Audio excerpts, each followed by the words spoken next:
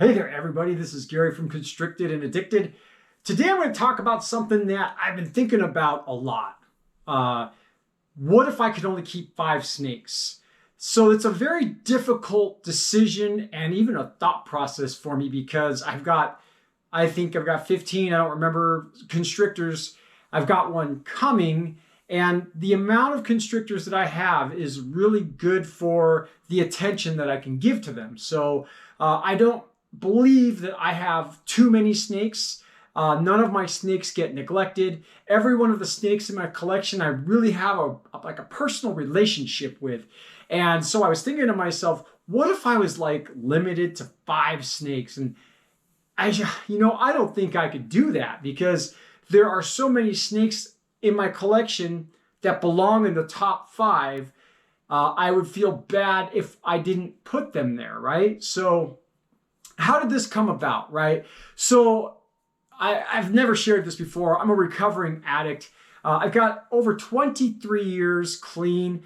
And when I first went into treatment, there was this little workshop that we did. And there was 8 or 10 of us in the group. And we all had to write down 10 things that meant the most to us in our life, right? So I wrote down my 10 little things on 10 little different pieces of paper, and we put them in this little bucket that we kept, right? So I had this bucket with 10 things, possessions in my life that were dear to me.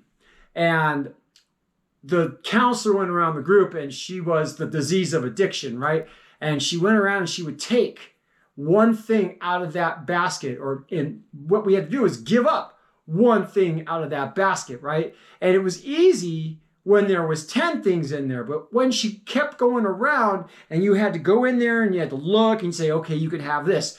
Okay, you can have this. We're down to our top 5 things. Now we're looking at things that, man, I don't know if I want to give that up, right? And I remember getting down to the last 2, right? And the last 2 things I had written down was my daughter and my recovery. Right? I was new in recovery. I know I didn't want to go out there and I didn't want to live the life I was living. So I wanted to keep that. And the hardest thing to do was to give up my kid to the disease so I could keep my recovery. Because I knew that if I kept my recovery, right, I'd be able to get my daughter back. So why did all that come into play? I have no idea. But the reality is that I was down to those 5 things. Was I going to be able to hold on to them? How important were them to me? And I started to think about, I've got 10, 14, 15 snakes, plus I've got a super dwarf retic coming on Thursday. So I've got 16 snakes in my possession. And the reality is if something was to happen, or let's just say our significant other says, you can only have 5 snakes. What 5 snakes would they be? Do you have a collection that encompasses so many reptiles that you couldn't possibly put 5 animals into the top 5, right? And I can't even fathom if I was to have to give up any of these animals. It would break my heart immensely, right? So I think what I'm going to do with this is the top 5 snakes in my collection. That way I don't have to worry about or think about giving any of those snakes up, right? So number 1, and it was easier for me to do it this way, what is the number 1 snake in my collection? And I would have to say it's this guy right here. Max is absolutely my number 1 animal that I have in my collection. This guy is so gentle. I can let anyone handle him. He's just a joy to handle. He's like a big lap snake, right? I can sit down and he will curl up on my lap or just kind of coil around me and relax. And I remember being told that, the bigger constrictors can be difficult to handle because they want to move and they just want to move around. Max likes to move around if I'm moving around, but if I'm sitting on the couch, he will just sit there and relax with me. So number 1 snake in my collection that I could not let go of is Max. So I have to go to the number 2 snake in my collection. And it's not that I would let go of, but I'm just going to call it the top 5 in my collection. And even that is difficult because there are snakes that really really belong in the top 5. But for right now, for the purposes of this video, the top 5 are going to be the ones I put off right now as I go around and think about who's my next one. Number 2 is coconut. And I say coconut because coconut was brought into my collection as an introduction for my granddaughter to larger snakes. And I was told by Craig Terry from Indian River Constrictors that he had this call albino and that he was used in kids programs and he'd be perfect for what I wanted to have him for. And he really became more than that. You know, he's shown just how docile large boa constrictors can be. A large boa constrictor to me is between 5 and 7 feet long. And that's in no way, shape, or form a large snake. He's just a large constrictor.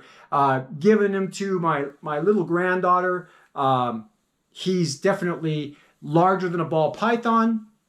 And in my opinion, definitely more inquisitive. And look at this, he's trying to reach his enclosure. He's definitely more active than a ball python and very easy to handle. He's a little squirrely when he first gets out. He's trying to get up on top of the racks right now. Let's see if I can, there he is, right? He's trying to get up on top of the racks. So obviously he's a little ambitious and inquisitive when he gets out, but calms down really, really quickly. This guy does not need any sort of hook to get out of his enclosure. I can go right in and pick him up. And that's just because I trust him. And he's a really good boa constrictor. I love this guy to death. He's definitely, without a doubt, the number 2 boa in my collection. Number 3, and I have to say that would be King Darius, my Suriname BCC. He is actually in shed right now. But again, just one of the most docile boa constrictors that I have in my collection. And for the record, before I thought about adding a BCC, I did a lot of research on them. Right, wrong, or indifferent, this was just for me because I really like to make sure that I give the right care to the animals. And I just heard a lot of stories about BCCs being difficult as a boa constrictor to keep. You have to keep on top of everything. Their humidities, their heating. You have to make sure everything's right on. So I was a little intimidated to add a BCC to my collection. And when I added King Darius, not only did I get myself a very beautiful animal, but what I got, in my opinion, was a lesson on not just the correct husbandry for a BCC, but the correct husbandry for all my snakes, because the husbandry that I've learned to give this guy right here gets applied to every one of my animals. So it works. Like, I've never had a broken shed with King Darius. Very rarely, and if I do, it's my fault. I think one time I had a broken shed with my baby Dumeral's boa constrictor, but other than that, all of these guys, they have perfect sheds. And I really believe it's because I keep on top of the humidities, and I keep on top of the humidities because of my locality boa constrictors. So definitely this guy right here was a gem to find. He was basically messaged to me through Facebook when I used to be on Facebook from somebody who knew I was looking for a Suriname boa constrictor. And I had some requirements for that boa constrictor that I was looking for. Number 1, I wanted the high peak saddles. I definitely wanted those batwing high peak saddles. And all of the Surinames that were on Morph Market, they had round saddles. They didn't have the quality and what I was looking for in a Suriname. And then this guy that I don't even know messages me through Facebook and says, hey, check out my litter. They're $700 a piece. And I looked at them and I said, I want 2 of them. So I bought a male and a female. King Darius is actually in shed right now. His skin is really dark and his tail's kind of doled out. But even in shed, this guy is a great animal to hold. So, and he's very grippy. As you can see, his tail is wrapped around my finger. And if I try to take him off, he will try to constrict even harder. And it's probably a security thing, but I really like it because he doesn't pose a threat. He doesn't pose any defensiveness or aggression. I think it's just part of what he is, who he is, as a way to feel safe when I'm handling him. So this is my Suriname BCC King Darius. Definitely one of the favorites in my collection. Number 4 on my list is definitely very difficult to decide because I've got a lot of snakes that really belong in that list. But the one snake I'm going to give it to is this guy right here. He is my Super Ghost Paradox Aries.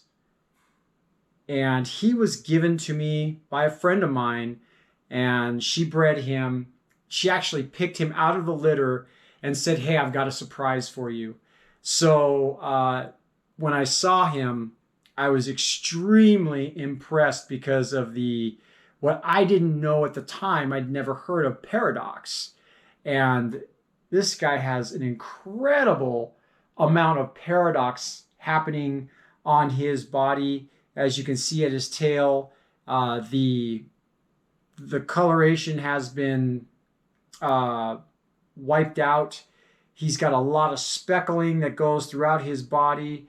And of course, he's got it throughout the rest of his body. But it's definitely his tail where it really just comes out and it shines. And it's just really beautiful. He's a great animal. He just shed as well. But he did just eat, so I should probably let him get back into his enclosure. But I love this guy. He's got great markings. I can't wait to see what he looks like when he gets older. The ghost, I don't see a whole lot of ghosts in other people's collections, and especially super ghosts. So if you're looking for a super ghost, I believe she might still have 1 or 2 on her website. If you go to Morph Market, it's Herpnasium, and I'll put I'm not going to put a link in because I don't know how to do that. But it's definitely, she's got quite a collection of animals, but I do believe she's got one more Super Ghost on there, or one of the litter mates of this one. And like I said, I'll put that in the description, and I'll put it on the video. So you guys, if you want to check out Herpnasium, please do so. So this is Aries, my Super Ghost Paradox. And number 5 for this video, there's no way I would leave this guy out. Artemis, my Argentine, definitely one of the laziest boa constrictors I own, but I've really developed a relationship with this guy, and he is definitely one of my favorites, a joy to handle. He's another animal in my collection that I see as a lap snake. Right now, I could sit down and watch TV with him, and he'll just kind of wrap around my neck, and he'll just go around my chest a little bit and then settle. I love the markings on this guy. The Argentine boa constrictor, I've seen my buddy Ben from Ben Cincy Snakes. He's got one, and that really piqued my interest in wanting one. There's also a friend of mine that she has one, and I've seen a couple of others on the internet, and I really am a big fan of just the typical black and white Argentine boa constrictor. He was a little hissy when I first got him, and you know, sometimes he still is a little apprehensive with me when I handle him. I like to think that I've tamed him, but you know, he's got his moments, but he's not defensive in any way, shape, or form with me. He's very easy to handle. I love this guy, and his markings and his head is just incredible. He's going to be a powerhouse boa constrictor when he gets older.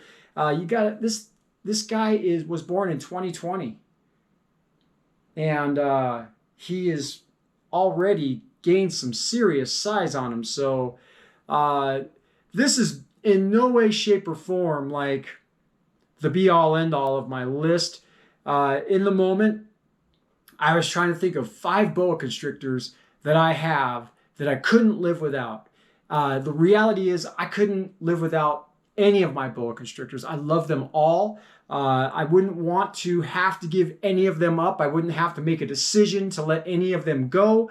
I love every one of them. And the reality is that I may have talked about breeding my snakes in the past, but I'm a hobbyist. And if I call myself a collector, I think I'm more than that, because I do a lot of interacting with my snakes. They don't just sit in their enclosures. They're not display animals in any way, shape, or form. They are animals that get to come out. They get to explore. I've got a jungle gym out here that I built, and I'll put one on the jungle gym, and I'll hold one, and I'll just cycle them through, right? And one night I may handle 3, 4, 5 snakes for 40 minutes at a time, and then they get time on the jungle gym as well. So I love my animals. So my animals that I have, I enjoy, I interact with them, I handle them, and I really love the avenue of this right here, being able to share them with you. So if you got a large collection, what 5 snakes could you put in your top 5 collection? I don't want to say what 5 snakes could you not live without, but what 5 snakes are in your top 5? If I was to do this video again, like in a week or maybe even tomorrow, I guarantee you there'd probably be, my list would be a little different. So I hope you enjoyed it, and maybe I'll do another top 5 snakes today list. I don't know what to call it, but really it was just me thinking about, my story that I shared with you. And, if I was given that option of what 5 snakes, if I was told 5 snakes, that's all you could have, what 5 snakes would they be?